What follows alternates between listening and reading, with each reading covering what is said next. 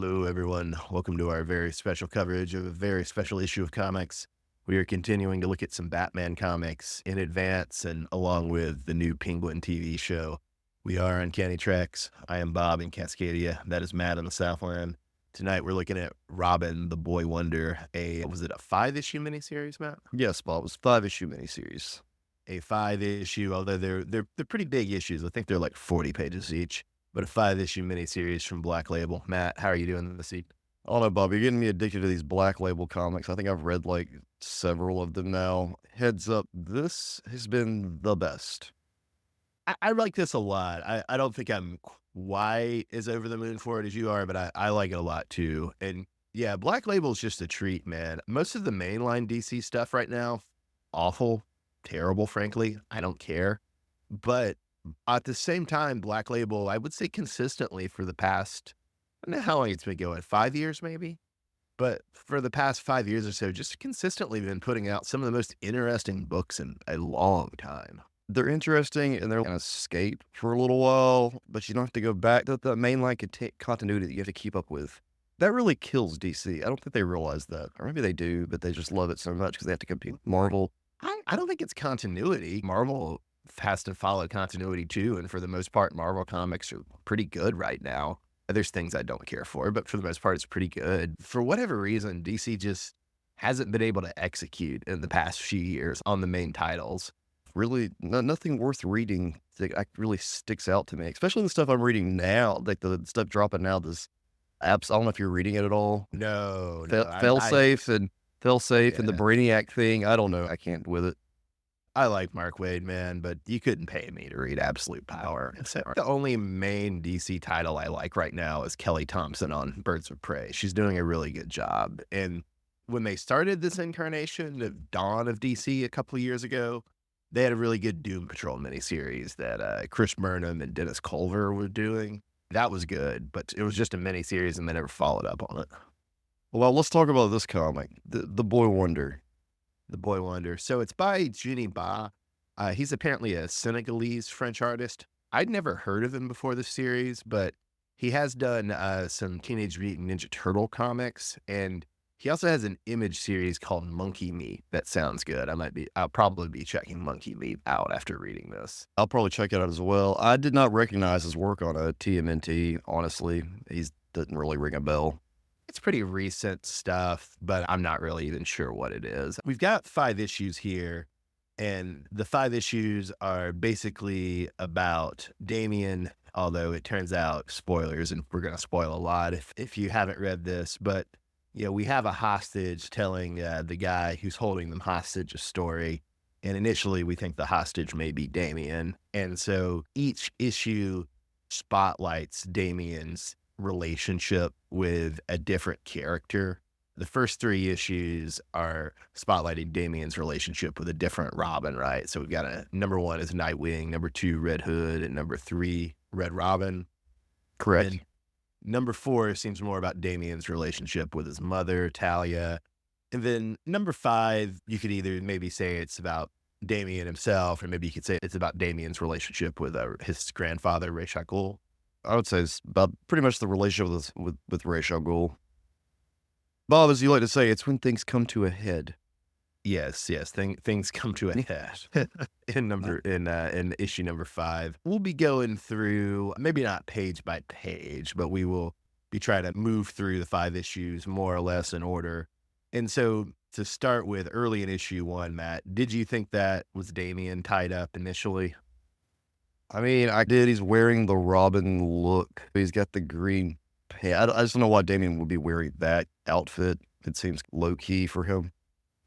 We do see on the bottom of page 6, there's a shadow behind the guy holding the kid hostage, and that shadow looks like Damien, right? Right. But it's also not clear, is that actually even real, or is it just an expressive touch of the artist at that point, which is cool. He's on the next page. You got the shadow of Batman behind all the Robins. Exactly. And so on page 7, they give you the initial rundown if you're not familiar of Nightwing, Red Hood, and Red Robin. They describe Nightwing as kind and brave, Red Hood as brash and rageful, and Red Robin as clever and resourceful. Did that seem about right to you for each of the 3 Robins? Oh yeah, that's right on. And don't you love how the Robins and the Ninja Turtles align so well? Even the colors of their masks and stuff. That makes me sad that you said that. That makes me sad. Leonardo's blue, and Nightwing is more of the kind and the brave one. Leo, Nightwing blue, Leo blue. So does that make Damian Michelangelo? Damien's Michelangelo at this point. Oh, Lord. I hate that I know that. So there's an interesting shift in this comic. If you've read the original comic where Damian returns, it's Batman and Son is the title of the first collection. It's a part of Grant Morrison's big run on Batman in the aughts and the 2010s.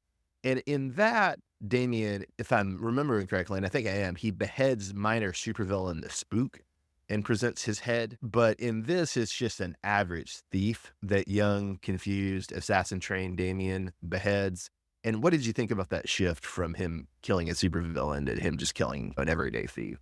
It's been a while since I've read Batman and Son, but it was the Spook for sure. I do remember that, and I like it better this way because it seems a little more powerful when it's just a random crime.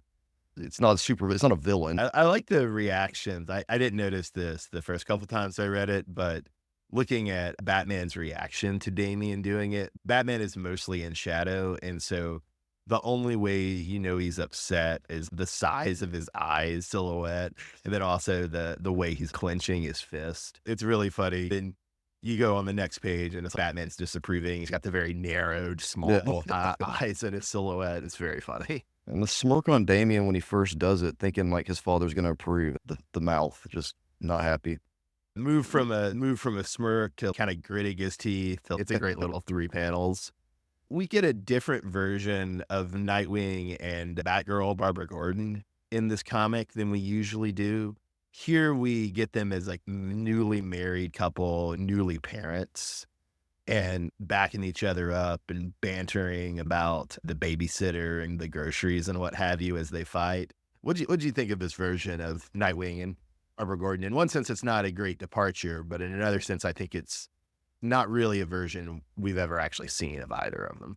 Yeah, it gave me some Artemis and Kid Flash vibes. We've got our Patreon show where we cover Young Justice, and yeah, there is some real similarity to Artemis and Kid Flash, although spoilers for Young Justice, Kid Flash, he dead. So Yes.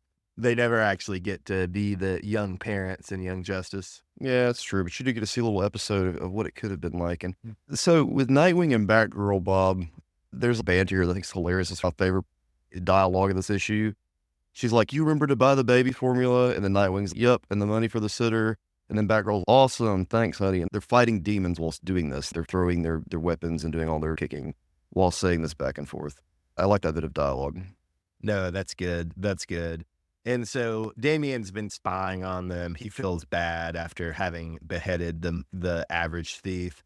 And so he sees Clayface and wants to join in, and he doesn't really recognize, he thinks it's just a demon. He doesn't recognize that it's Clayface and doesn't really know the right way to go about going after Clayface. So this is on page 18. You see Damien swing up on Clayface's arm and then kick him in the face, and you got a nice little lettering splat. But the thing is that because of Clayface's mud, basically, Damien gets stuck in Clayface's head, and then so in the next box you have another splat, but there's a question mark after it, and I think that's my favorite visual for this issue. It's really funny. That is hilarious watching Damien try to take out Clayface with a kick. Oh, that's not going to work, dude. Come on. This version of Damien doesn't seem like he's just he's so damn hot-headed. He's so much more like the other character we're going to get to in the next issue. Indeed, indeed. And we also have some reflections, not just on Damien's trouble with Batman, but we also have some reflection on Dick's trouble with Batman, right? Nightwing's trouble with Batman. And so we see a flashback that's, I think, based on a falling out the guys have in the 80s in the comics where Dick storms out. And it's funny, Damien is, I guess, imagining this scene because he knows the bare bones of it. And then he has a little thing at the bottom of the page where the flashback is happening, where he's trying to reason it out. And he's like, Gotham needs a Batman. Batman needs a Robin. So how could Dick abandon Batman? I thought that was a great bit of dialogue. So my favorite visual is Damian failing to kick Clayface, and that would be my favorite line. My favorite visual, Bob, is actually at the bottom of page 25. And you see Grayson reaching out for Batgirl, and on the other panel, you see the Flying Graysons reaching out for each other, and just having that comparison shot of like them doing the trapeze and then what Nightwing and Batgirl are doing now. I thought that was beautiful. It's just awesome job. I didn't really pay much attention to that on the first couple reads, but it's really interesting. I don't know if I've ever seen anybody make that connection about Dick before in a comic, but it makes perfect sense, right? That he recreated the Flying Graysons in his relationship with Barbara, and then also just in general with his relationship with the rest of the Bat family. Yeah, and going back to Dick Grayson's arguments and things with Batman in the 80s, I just got done reading the first volume of Batman and the Outsiders. While I know that's not where that argument started, there is an issue that ties into that where there was a crossover between the Teen Titans and the Outsiders.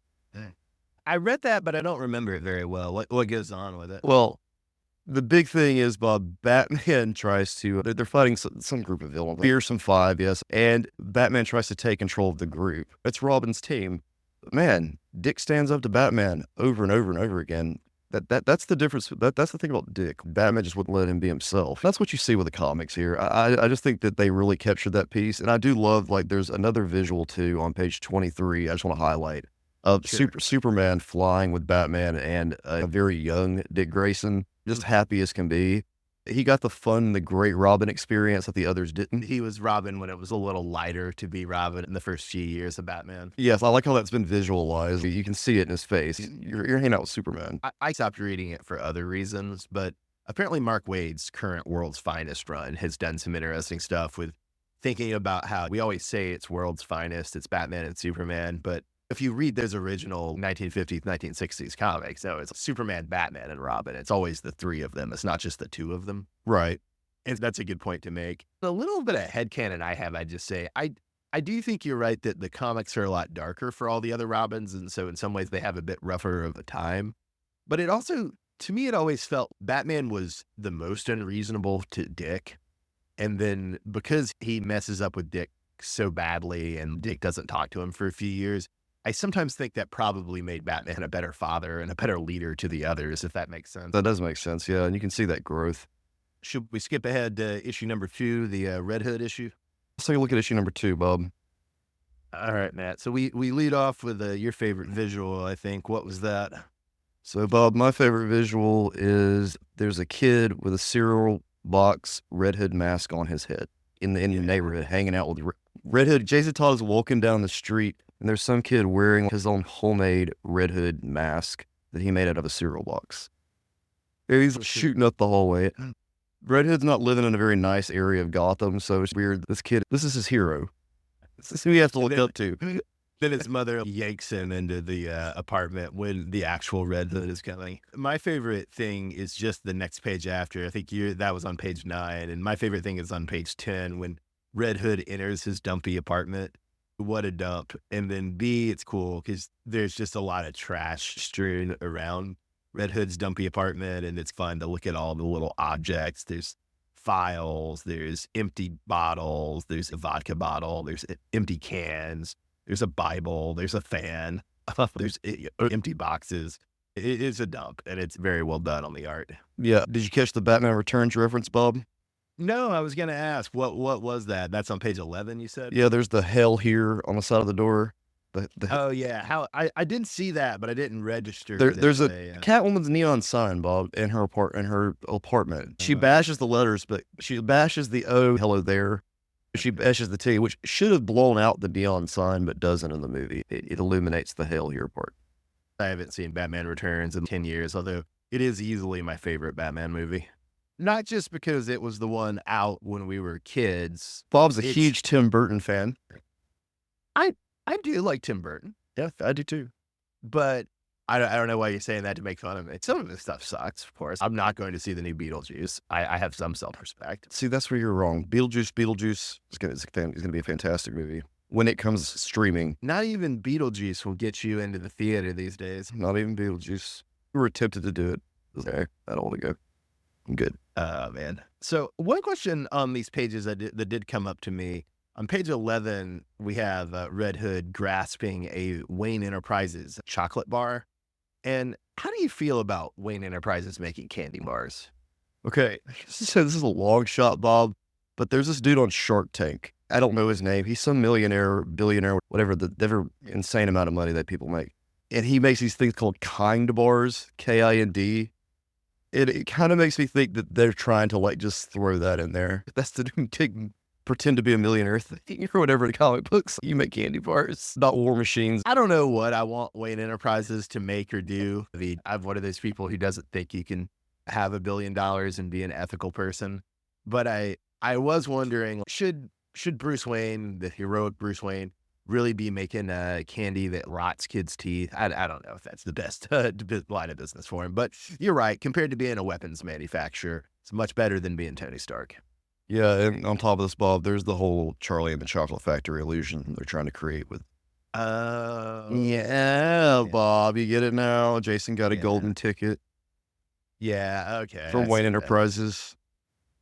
Matt, what I'm hearing is that your favorite movie is Tim Burton's Charlie and the Yeah. Chocolate Factory. Is that what I'm hearing? Apparently, this author really likes Tim Burton on a second analytical read with you, Bob. So, Matt, what was your favorite line this issue? So my favorite bit of dialogue is on page 13. Jason telling Damien repeatedly that he's not going to help him, period. It's not happening. He just keeps telling him no, not happening. It's that funny way you have to keep telling a child no. Not happening. Damien's not used to hearing no. But then look on page 14, Bob. This is where it gets a little different for me, and this is why I like the Black Label, because there's a lot of things that are alluded to in these Black Label titles that they won't go full force with, and I'm just wondering if this is one of them. Are we supposed to think that he's all marked up from the Joker torture? If you look at Jason Todd's arms, are we supposed to think that maybe he's a former drug addict? Because at the bottom of page 14, and the panel Matt's drawing our attention to, he is doing that junkie scratch. Yeah, it could be either of those. I also wonder if you could maybe see it as the process of resurrection from in the Lazarus pit really messed him up. Maybe I was wondering if maybe we were supposed to think he was a cutter, self-harm. Oh, so you haven't even go in that direction. Yeah, so there's a lot of a lot going on there in that just one panel. Well, they're brilliant. Yeah. Yeah, see, And I also wonder, you haven't read any of so starting in the New 52, you had, I think it was Red Hood. I can't remember what it was, but you had a team book. Red Hood and the Outlaws. Well, wasn't that the rebrand of it later? There's two Red Hood comics. There's the New 52 one and there's a DC Rebirth. And he's teamed up with other people, but it's not many other people, right?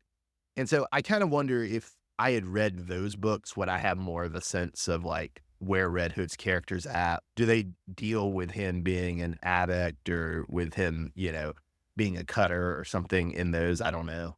Well, doesn't he hook up with, isn't he with Arsenal? Isn't Arsenal the one who's... Yeah, I think the first version, it's Arsenal, Red Hood, and Starfire. And then in the second version for DC Rebirth, which is the one I think is called Red Hood and the Outlaws, that's basically supposed to be like the Dark Trinity. And so it's Red Hood, Bizarro, Superman, and then Artemis, who in the 90s was the Azrael for Wonder Woman. For those of you who don't know, Arsenal was a junkie, correct? That's right. So my favorite line is also right around here, and it's Damian narration thinking about Red Hood. This is on page 16, and he says, that's the annoying part when you dislike someone who reminds you so much of yourself. I feel that in my life. Oh, poor Bob. So I also wanted to draw attention to how great the lettering is in this book. I think Jenny Bod does the lettering too, but here we have the flap of Rock's wings. It's a giant flap at the top of the page on page 18. I thought that was very cool. Yeah, you can see his huge wing just sticking out of the alley there. Do we think Rock is supposed to be a new character? There is a Hawkman villain named Rock, which he could be this guy or they could be totally unrelated. I'm not sure which I think. I just go with this is some newer villain. I don't think this is the Hogman villain. Yeah, but he is very bird-like, though. He just wrecks house with Damian and with Red Hood for a bit. On 22, he trips Damian, And then on 24, he jabs Red Hood right in the eye through his helmet with the two-finger poke. Those are both really cool images. On page 23, for some reason, they wanted to go just a little more detail on Damien and on Jason's guns. Mhm. The artist is simplistic in their drawings. There's not a ton of detail, but that's one area they did go into detail on, is like just the way his guns look. That's good. That's good. And speaking of how simple but complex is, what was your favorite page, Matt? Yeah, on page 32, one of my pet peeves for more recent DC is that we have a visually distinctive costume for the characters of Robin, Jason Todd, and Tim Drake when they were Robins. I always appreciate that. When we were growing up, Bob, Dick Grayson, Jason Todd, and then at the beginning of Tim Drake's career, they all wore that stupid green feathery thing, bathing suit outfit with the Oh, pixie boots. I don't share your obsession with this. It's a problem, Bob. It is a real problem. I don't think it's such a problem when you choose to get offended about it and when you don't. It's very weird timing. But as long as we're in your logic, I would just say, looking at the page on 32, that Jason Todd costume, I think you're right that we never saw Jason Todd in the 80s dressed like that, which doesn't mean it's bad. Yeah. But to me, it does look like what I associate Tim Drake wearing in the 90s. Yeah, it does look a lot more visually like Tim Drake. They're shifting what once was Drake's, and now we're just going to see Red Robin with the Tim Drake piece. Before we leave, I just want to echo how cool Jason Todd's nightmare vision. That is freaky. There's eyeballs floating. His smile is floating in 3 different places. He's almost like the Cheshire Cat. Then below that, you have this visually striking Batman with his cape flowing out, just engulfing Jason Todd at the very bottom of that page as well. Yeah. That page is awesome. Page 32. Let's take a look at issue number 3, which focuses on Red Robin. We almost have Tim Drake being played as a James Bond character, real comfortable and chill and cool in his tuxedo. This is page 5. We see like a flashback or alternate image above him chilling in the limo in his tuxedo, the silhouette of Batman, and then it's a similar but slightly more detailed silhouette of Tim as Red Robin. And I might be wrong about this, but is current DC continuity that Tim Drake was never actually Robin? He was just always Red Robin? I don't know, Bob. To me, it's so weird that all the Robins have had their origins retconned so often. We always just had this very distinct, this was Dick's origin, this was Jason, but that's so blurred, and I'm not sure. But see, when we were growing up, Bob, wasn't Tim Drake more just like a kid with a photographic memory that just took a very big, huge interest in Batman after he saw a similar move being done, or acrobatic move that was done? Yeah. Although I will say, to me, and I've not read as many Tim Drake comics as I should have. But to me, the new version of Tim Drake that's on display here and sometimes in James Tynion's Detective Comics, he still feels a lot like the Tim Drake from when we were kids, to me, at least. He's so much more of Batman's ward in these comics to me. Where I just remember his father was still alive when we were reading the comics. Yeah, and they didn't kill him until, spoilers, Identity Crisis. A lot of that shifting of him being, Bruce's adopted son happened right after that. Correct. And I think that's a huge shift in the character that Yeah. I'm just not as familiar with because I haven't read as much. But it's also interesting because it almost exactly coincides with Damien coming in. Mhm. It's a little before, but not too much before. And so his father dies, but then Damien comes in and Tim gets supplanted. Right. And then that's when they decided to push the Red Robin character more so. And it's become the thing. It's Red Robin. Maybe we'll just go with it, Bob. Let's just say he just became Red Robin. I like Tim Drake as a character. I think the Red Robin costume and outfit is crap, which is funny because on our Young Justice podcast, I'm the one always insisting on calling Tim Red Robin for clarity. I don't really like the name, though, and I really don't like the Alex Ross costume. I don't think it's a good. Yes. The costume I know originally was supposed to be like Michael Keaton's Batman, but Alex Ross drew it. Interesting. I hadn't thought about that, but yeah, I guess you're right. The only reason I know this is because we had that, or one of us had a decent volume version of Kingdom Come that would talk about the art. That never stuck with me. I looked at the back a lot. But yeah, to me, it also looks like a character. Do you remember Dr. Midnight from the Justice Society? Yeah. To me, it really looks like Dr. Midnight, but you're right that it looks like the Keaton Batman. But yeah, they went with that leathery look too, Yeah. with the armor, which Yeah, was and the color scheme is very similar to the Dr. Midnight now the costume. Red Robin we have here though, Bob. That costume is it evolved over time. But to me, maybe I'm missing details, and I probably am, but to me, it still looks the same, and I just don't really sense. It's more bird-like in my opinion, whereas with that original look, it was supposed to be more just Batman without Oh, ears. you're right. It has become more bird-like. That's a good It's point. got the That's a good beak. point. It's more of a beak on the head, and Yeah. the whole idea of wearing that look with the chest. As a side note, at some point, I do want to make you read the Matt Wagner Dr. Midnight 3-issue miniseries from the late 90s and see if it's as good as I remember it being. We see this from Tim Drake talking to Damian on these pages. How do you feel about Wayne Enterprises, since we're questioning their business model? They're developing invisible headphones from Wonder Woman's invisible jet technology. Bob, I would love to have invisible headphones because I would just listen to music all day in one ear and no one would Yep. know. Bob, but how do you feel about Cobblepot just straight down the side of the building, especially with the recent controversy of changing it to Cobb? On the one hand, it's exactly what the Penguin would do. On the other, man, it really looks bad, which I mean is the point, but it looks bad, right? I do like that his skyscraper headquarters is called the Perch. That was a Yeah. touch I liked. It's very grounded, Bob. I like it. I'm going to say my favorite line is from page 7 when they walk into Penguin's party at the Perch. It's decorated with all these statues of the Justice League. And Damian's line is disgraceful. Using the League as tools for Penguin's own grandiosity. Father would despise being used for corrupt propaganda. And there's a big ass statue of him right there with no head. At this party, we've got Lex Luthor, we've got Maxwell Lord, who doesn't really look like Max Lord usually looks, which is fine. It's just an interesting variation. He's a little buffer and he's got flowing hair. And then we've got Veronica Cale. Do you know her?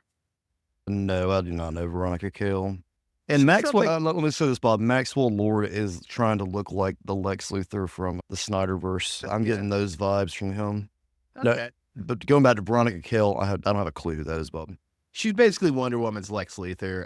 Greg Rucka invented her in his first run. She's not a bad character. Oh, okay. You dig them using the Batman Returns Penguin here, Bob? It's an interesting version. It's him more as a politician. I do like how from a distance his yellow teeth sort of look like a mustache. The glasses. If Danny DeVito would have had those glasses nonstop, it would have rocked it. So what was your favorite visual from this issue, Matt? So, Bob, on page 15, you have this visual of Damien going through all the different air ducts. And there's just something about the maze and the way it's been drawn. I just love the way, because it visualizes how insane it would be for him to have to go through all these ducts all on one page. And at the bottom, you have him doing an og of frustration. Yeah. Very penguin-like. Can I offer a theory? Do you like this so much because it reminds you of like a maze page in a workbook? Yes, I think so, Bob. I really do. No, that's good. That's good. This comic reminds me a lot of City of Madness with some of the art techniques. I mean, obviously, Ginny Ba and Christian Ward are both great artists and both have very distinctive styles, but some of the more expressive and experiments with color in both of these do remind me of the two.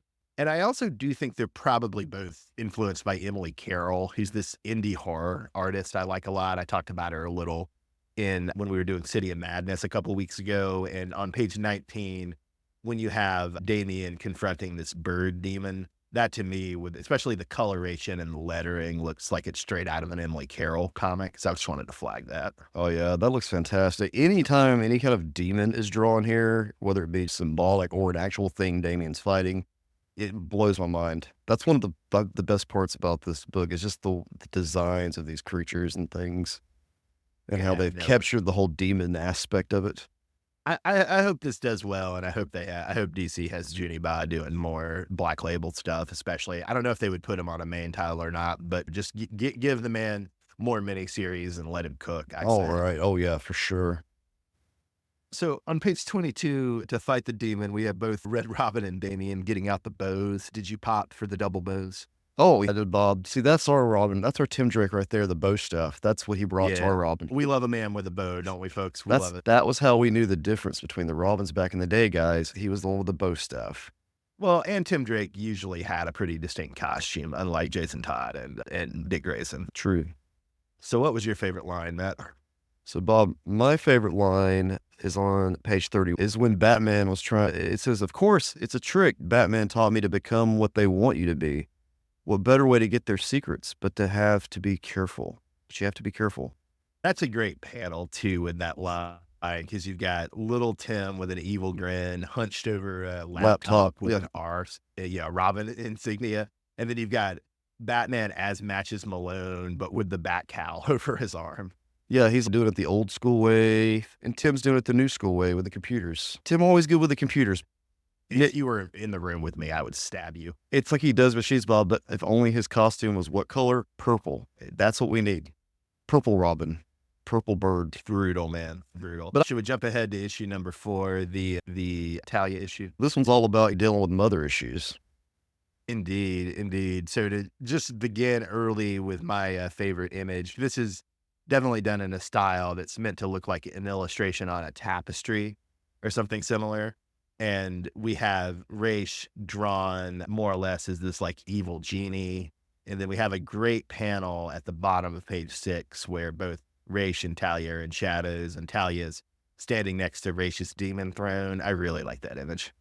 My favorite visual is on page 9, where you see Ra's al Ghul, and he's standing over Damien. Monsters in the background, Talia's in the background, and it looks like Ra's is about to sacrifice Damien. It's very scary looking, but just a full page look. I love that.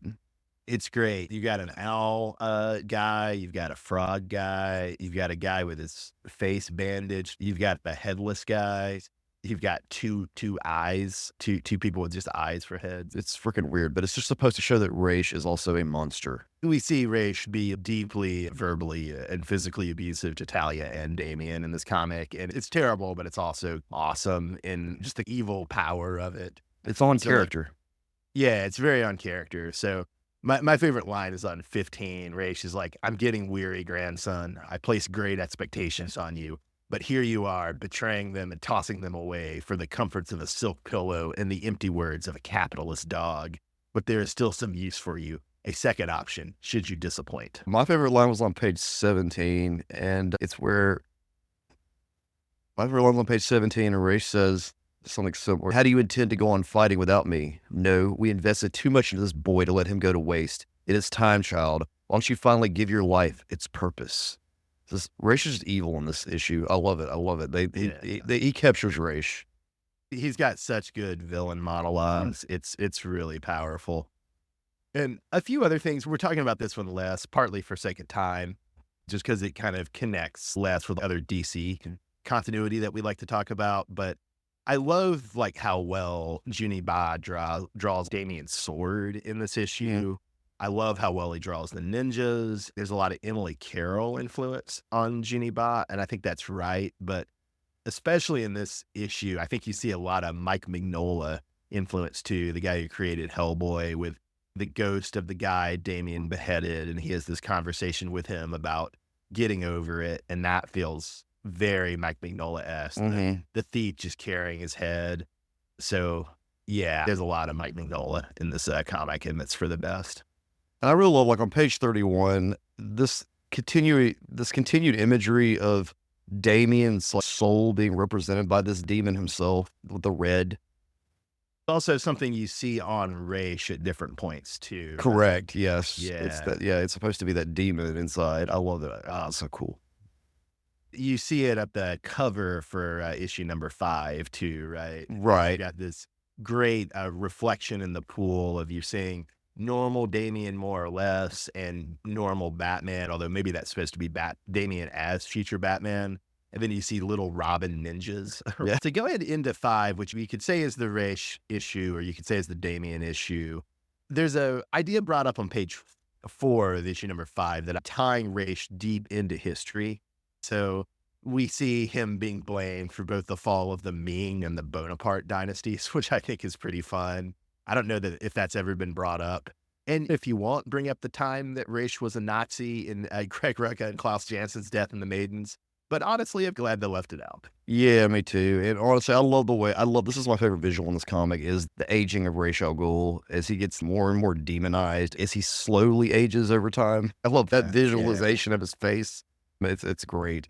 Well, it's because you've got the Ming Reich, and then you've got the Napoleon Bonaparte era Reich, and then you have Reich as he looks in the animated series, but looking a bit grayer than he usually does in the animated Right. series.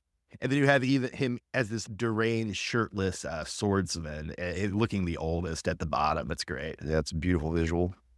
Speaking of race, just absolutely being utterly awful to Damien and the dialogue, which is just so well written. On page 10, I've got my favorite line of Race saying, "Oh, how nice." Speaking of Batman, Talia, and Damien, the father, the mother, and the mistake. Bob, this right here, best line ever. That right there won this issue.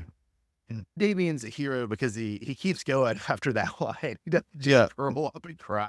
Perfect placement of the way it's paneled. You got the father, it just zooms in on Batman. The mother zooms in on this Talia. This isn't the Talia that's trying to impress Bruce Wayne like you usually Yeah. see. This is a motherly Talia. And then you have in the mistake with Damien, you can just tell through his eyes and his forehead. It's all, wrinkled up. Oh, that's great. That's great. My favorite visual is right after this in the fight scene between Raish, Talia, and Damien. And so you've got 3 panels on the bottom of page 14, and the lettering and the visuals here are just great. There's the clap as Raish catches Damien's sword with his 2 hands. There's the clack of him breaking the sword, and then there's the shriek of him still with the tip of the sword in between his 2 hands, just stabbing it into Talia's forearm. Ugh. Oh, it's brutal. Yes, extremely brutal. The dude draws action scenes too, Bob, in a way it's cartoony, but it's still effective. I mean, these images are not realistic. It's definitely going for expressive or cartoony or stylized, right? Right. On page 31, you initially confused me a little bit, Matt. What were you saying here? Oh, let's see what's on page 31, Bob. Oh, so Bob, at the very end of the issue, everybody gets together. Everything comes to a head, and all the Robins all get together, and you see this beautiful full page spread of them flying off. I was thinking, seems like an advertisement for Gotham Knights, the video game. Ah, thank you. When I first read it, I was like, Gotham Knights, the comic by Devin No, Grayson. Gotham Knights, the hockey team in Gotham City. no. No, I always forget. Gotham Knights, the TV show. No, Gotham Knights, the video game. I get to the end, I got to go download that game now. I've already beat it once. I got to go play it again. I got to be a Robin. I would really love to see Jenny Bod do more with any of the Batman family, or again, anything else he wants to do. Bob, where are we going to rank this as far as looking at where this falls in our rankings? Much as I love Suicide Squad, Get Joker is not Alex Maleev's best work. I think it's good work from Maleev, but it's not his best work. And so I could definitely see Jenny Bod's thing going over Suicide Squad, Get Joker. I guess to run down our list for listeners, this is just comics we've covered. Number 1 is John Hickman, Steve Epting's Fantastic Four. Number 2 is Sanford Green and John Hickman's one-shot Doom issue. Number 3 is Batman City of Madness by Christian Ward. Number 4 is Suicide Squad, Get Joker by Brian Azzarello and Alex Maleev. And number 6 is the Werewolf by Night one-shot from last year by Derek Landry and Fran Galen. Not a bad comic, just happens to not be the strongest. So a good comic. But I don't know. I could see it going above Get Joker. I'm torn about whether it goes over City of Madness or not. I am too, Bob. After going back and looking at the rankings again, I definitely want to put it below anything we've done over Hickman. It's definitely either going to be in that number 3 and number 4 spot. I can see strong arguments for putting it above John Hickman's Doom. At the same time, as much as I liked this comic and it moved me, I think Doom moved me a little more. I think you were saying you wanted to put it above City of Madness, right? Yeah, I was originally going in that direction, but then I don't know. Looking back at it, I don't know for sure. This is difficult already, even when we only have this just small number of comics. I do think maybe there's a way in which there's a stronger cohesiveness to what's been done. I think there's slightly more stronger cohesiveness to Boy Wonder than City of Madness, now that I think about it. But I think I would be okay with Boy Wonder above City of Madness. Okay, let's go for that, Bob. Let's put it that way. Both are great comics. If you haven't read City of Madness or Boy Wonder, go read them. I think the hardcover for City of Madness just came out, So, Bob, would you ever consider maybe we have an episode where we go through some things that like we both have read recently and maybe try to rank them as well? Or do you just want to do episode to episode coverage? I do like only putting stuff we've discussed on the list, but there's something to think about there. Maybe we don't need to discuss everything as intently as we have the 6 things on our list, if that makes sense. Yes, that does make sense. I was just curious. When I think about rankings, I'm to the point now where on Goodreads, if I give it a 3, it means I would recommend it. It's going to be fine. If I give it a 4, it's I want to read more from this guy. And if I give it a 5, it's whoa, this was really great. Well, I used to be a lot stingier with 5-star rankings, but lately I've seen, I don't know. I think it's partially just this weird app culture we live in. There's just Yeah. something where I've started reevaluating it. If I feel like I really enjoyed something and it mostly does what it set out to do, I've started more giving 5 stars for that, if that makes sense. Oh, wow. Okay. See, that's going to make me have to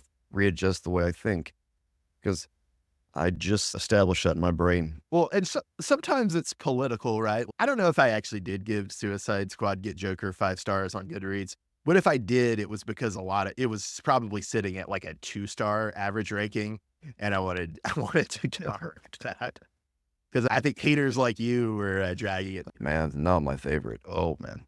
All right, well, this has been another episode of Uncanny Treks. Thank you for joining us as we covered Boy Wonder. Check it out. Check City of Madness out. Both great comics.